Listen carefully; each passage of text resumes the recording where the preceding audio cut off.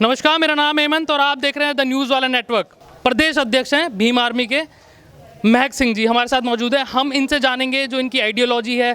Gender equality को ये लोग बात करते हैं, डिस्क्रिमिनेशन पे ये लोग बात करते हैं, शिक्षा पे ये लोग बात करते हैं। लेकिन सबसे पहले हम जानेंगे कल का जो प्रकरण था, जिस तरीके से इनको डिटेन किया, जिस तरीके से लॉ एंड ऑर्डर की जो समस्या पैदा हो गई पुलिस के सामने जी, उसके बारे में हमें कुछ बताइए।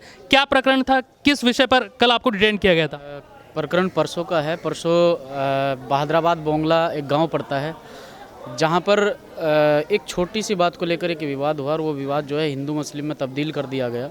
वहां के जो हिंदूवादी संगठन चले हुए हैं, जैसे बजरंग दल, हिंदू वाहिनी और आरएसएस के लोगों ने उसे जाकर हिंदू और मुस्लिम में तब्दील किया है। और थाना इंचार्ज पर इतना दबाव बनाया गया कि मुस्लिम पक्ष से कोई रिपोर्ट दर्ज नहीं हुई है, जबकि उन लोगों के साथ में मारपीट हुई और उनकी औरतों तक गिरफ्तार करके जो है थाना इंचार्ज साहब थाने में लेकर आए। फिर भीम आर्मी के पदाधिकारी कार्यकर्ता वहां पर पहुंचे और भीम आर्मी के पदाधिकारी कार्यकर्ताओं के दबाव में उन औरतों को छोड़ा गया। मैंने खुद कप्तान साहब से उसमें बात की, लेकिन जिस प्रकार से वहां थाना इंचार्ज साहब द्वारा हमारे लोगों को डराया गया, धमकाया गया, मुकदमे लगाने की धमकी दी गई और उसी के बीच में बजरंग दल के कम से कम 200 से कार्यकर्ता बोंगला गांव में शाम के समय पहुंचते हैं और मुस्लिम बस्ती में घुसते हैं। उनके घरों तक, उनके घरों में जो व्हीकल्स खड़े हैं उनमें आगजनी करने का काम करते हैं, उनके साथ मारपीट करने का काम करते हैं। हमारा सिर्फ यही कहना था। हम एक चेतावनी के माध्यम से, एक लाइव वीडियो के माध्यम से हमने चेतावनी दी थी कि अगर पीड़ित पक्ष के साथ इंसाफ नहीं होगा तो हम इसमें एक बड़ा आंदोलन करने के लिए बाध्य होंगे और उसी के लिए हम लोग तैयार भी थे। लेकिन उससे पहले पुलिस प्रशासन जो है भीम आर्मी भारत एकता मिशन के जिला हरिद्वार के जिला महासचिव परवेश सुल्तान जी को डिटेन कर लेती है उनके घर से। तो जैसे ही ये सूचना मुझे मिलती है, मैं साथियों संग जो है रामपुर चुंगी पर मिलने के लिए पहुंचता हूं, तो मुझे रास्ते में ही गोल चौराहे पर कम से कम 50 पुलिसकर्मियों द्वारा डिटेन कर लिया जाता है पूरी तरह से। यानी कि ये समझ लीजिए कि पूरी तरह से तानाशाही रवैया है और पूरी तरह से यहाँ का प्रशासन वो शासन के दबाव में काम कर रहा है, सरकार के दबाव में काम कर रहा है, जो बिल्कुल हम नहीं होने देंगे। कल लगभग 6 बजे इन लोगों ने हम लोगों को रिलीज़ किया। रिलीज़ ऑर्डर हमारा 6 बजे टाइप हुआ है। बहुत ही जद्दोजहद के बाद इन लोगों ने हमें रिलीज़ किया है, क्योंकि बहुत भारी संख्या में कार्यकर्ता वहाँ पहुँच चुके थे और तब जाकर हमें रिलीज़ किया गया। सो बेसिकली चलिए, ये तो कल का प्रकरण हो गया। मेरा बेसिकली पर्सनल जो इंटरेस्ट है वो आपकी आइडियोलॉजी को लेकर है। बाबा साहब डॉक्टर भीमराव अंबेडकर ने कहा शिक्षित बनिए, संगठित रहिए और संघर्ष कीजिए। संगठित हैं, यूनाइट हैं आप लोग, संघर्ष भी कर रहे हैं। लेकिन शिक्षा को लेकर जो सवाल है, जो लिटरेसी रेट है, जो आप कहते हैं भारत एकता मिशन, शेड्यूल कास्ट का जो लिटरेसी रेट है, उसको आप कैसे एश्योर करेंगे अभी के टाइम पे? या फिर आप पावर में आते हैं, जैसे कि आप लोगों ने पार्टी भी बनाई है आज़ाद समाज पार्टी, जिसका नेतृत्व आज़ाद भाई कर रहे हैं, तो उसको कैसे आप एश्योर करेंगे शिक्षा को? देखिए, जिस प्रकार से संगठन का निर्माण किया गया, जिस आइडियोलॉजी पर संगठन का निर्माण किया गया, वो बाबा साहब डॉक्टर भीमराव अंबेडकर साहब के द्वारा जो हमें 3 मूल मंत्र दिए गए हैं, शिक्षित बनो, संगठित रहो, संघर्ष करो, उसी विचारधारा पे हमने संगठन का निर्माण किया है 21 जुलाई 2015 में। और आप देख सकते हैं, गांव दर गांव घूमकर देख सकते हैं जिस प्रकार से शिक्षा के प्रति हम अपने लोगों को मीटिंग के माध्यम से, किसी भी सभा के माध्यम से हम अपने लोगों को शिक्षा के प्रति बहुत ज़्यादा जागरूक करते हैं। क्योंकि मुझे लगता है कि अगर समाज शिक्षित नहीं होगा तो वो समाज कभी भी तरक्की नहीं कर सकता है। नहीं, मैं ये जानना चाहता हूँ आपके पास स्ट्रेटजी क्या है? शेड्यूल कास्ट को किस तरीके से आप शिक्षित करेंगे? उसका लिटरेसी रेट जो इतना कम है वो उसको कैसे ऊपर लाएंगे? कैसे आप स्किल्ड करेंगे, वो मुझे बताइए। जी, जिस प्रकार से भीम आर्मी गांव दर गांव जाकर भीम पाठशालाएं खुलवाने का काम करती है और अभी भी लगभग 80 से 85 पाठशालाएं जिला हरिद्वार के अंदर चल रही हैं।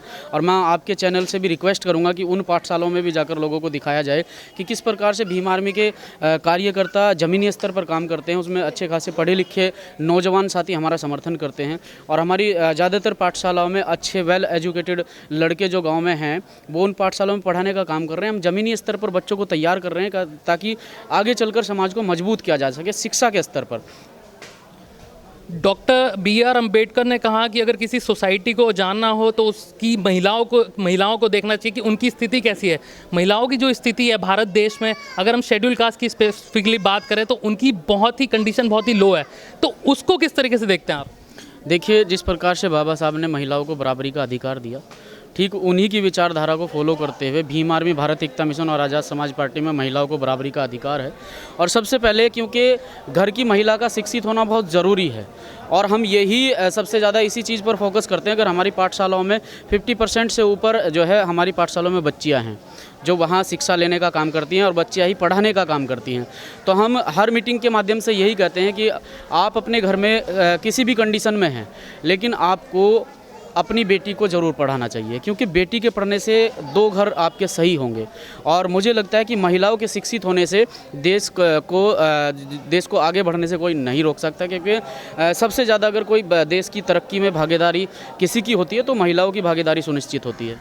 मान्यवर कांशीराम जी का संदेश था, वोट से लेंगे पीएम सीएम, आरक्षण से लेंगे एसपी डीएम, और जिसकी जितनी संख्या भारी उसकी उतनी हिस्सेदारी।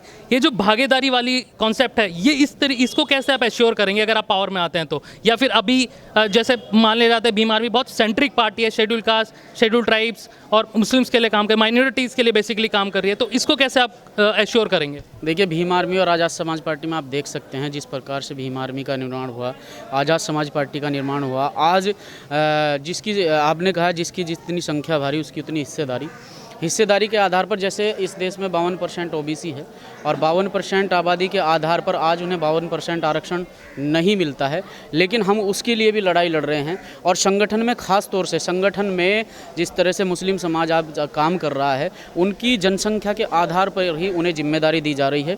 ऐसा नहीं है, संगठन में भी उनका बराबर का अधिकार है और पार्टी में भी उनका बराबर का अधिकार है। लेकिन जिस प्रकार से 52% आबादी होने के बाद भी आज सरकार में बैठे लोग जिस प्रकार से टारगेट कर रहे हैं और जिस प्रकार से आरक्षण को पूरी तरह से ख़त्म किया गया है, उस पर भी हम लोग काम कर रहे हैं। क्योंकि जिस प्रकार से 52% आबादी के लोगों को आज 52% में नहीं 27% में लाकर सीमित कर दिया है, उस पर हम काम कर रहे हैं। और हम मुस्लिम समाज को, जितना भी पिछड़ा वर्ग हमारा है, उसे हम ये कहना चाहते हैं कि इस पार्टी के माध्यम से, इस संगठन के माध्यम से आपको बराबरी की हिस्सेदारी मिलेगी, आपके सम्मान में कभी कमी नहीं आएगी। अच्छा, मुझे बताइए, आप भी उसी कॉन्सेप्ट पे काम कर रहे हैं जिस पे बीएसपी काम करती है, तो बीएसपी और आप में फ़र्क क्या है? दोनों तो उसी कॉन्सेप्ट पे काम कर रहे हैं, उसमें फ़र्क क्या है? यानी कि मान्यवर कांशीराम साहब ओनली 85% मूल निवासी बहुजन समाज पर काम करते थे, और मान्यवर कांशीराम साहब के जाने के बाद पार्टी पूरी तरह से ब्राह्मण समाज पार्टी हो चुकी है, ना कि बहुजन समाज पार्टी, क्योंकि उसमें पूरी तरह से कब्जा ब्राह्मणों ने किया है।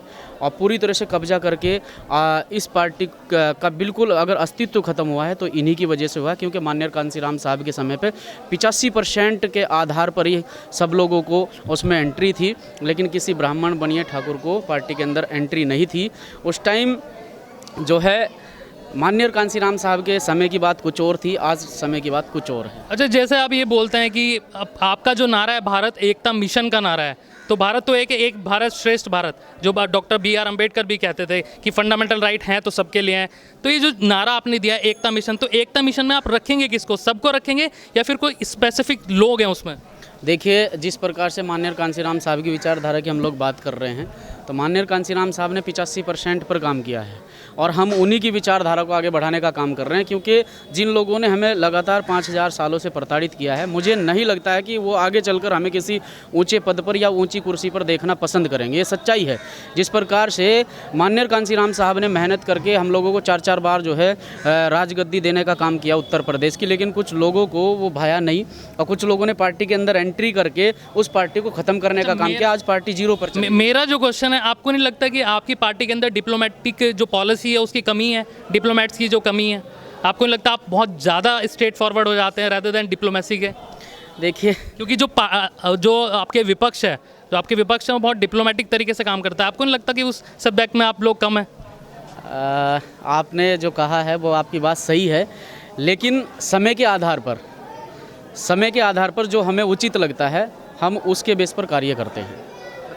ठीक है, मेरा एक पर्सनल सवाल है। 2014 में आपने इंजीनियरिंग कंप्लीट करी, अपनी सिविल इंजीनियरिंग, प्लेसमेंट लेने की जगह 2015 में आप पार्टी में कूद गए और शादी भी नहीं कर रहे हैं, तो उस पर हमें बताइए उसके बारे में।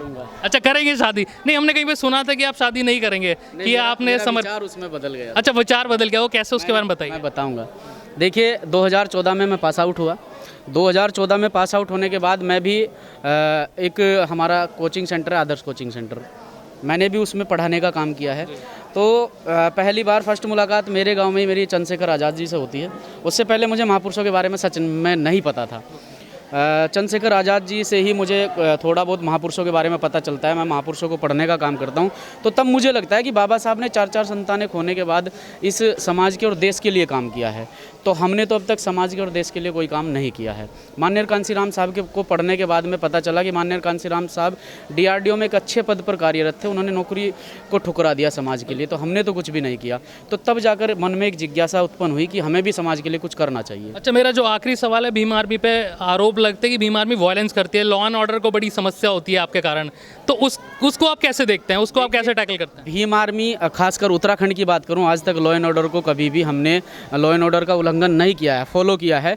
और जिस तरह से वायलेंस करने के हम पर आरोप प्रत्यारोप लगते हैं, देखिए विपक्षी गण आरोप प्रत्यारोप करते हैं, नहीं तो आज तक का रिकॉर्ड है उत्तराखंड, खासकर मैं, क्योंकि मैं स्टेट प्रेसिडेंट उत्तराखंड का हूं, तो मैं उत्तराखंड के बारे में बात करना चाहूँगा। आज तक उत्तराखंड के अंदर ऐसा कोई वाकया हमें प्रशासन के द्वारा बता दिया जाए कि जिसमें भीम आर्मी ने वायलेंस किया हो। चलिए महक सिंह जी, बहुत बहुत शुक्रिया हमें टाइम देने के लिए। हम लोग आपको फॉलो करते रहेंगे, समय समय पर आपसे जानते रहेंगे आपके कार्यों के बारे में और किस तरीके से आप आगे बढ़ रहे हैं। बहुत बहुत शुक्रिया हमें समय देने के लिए।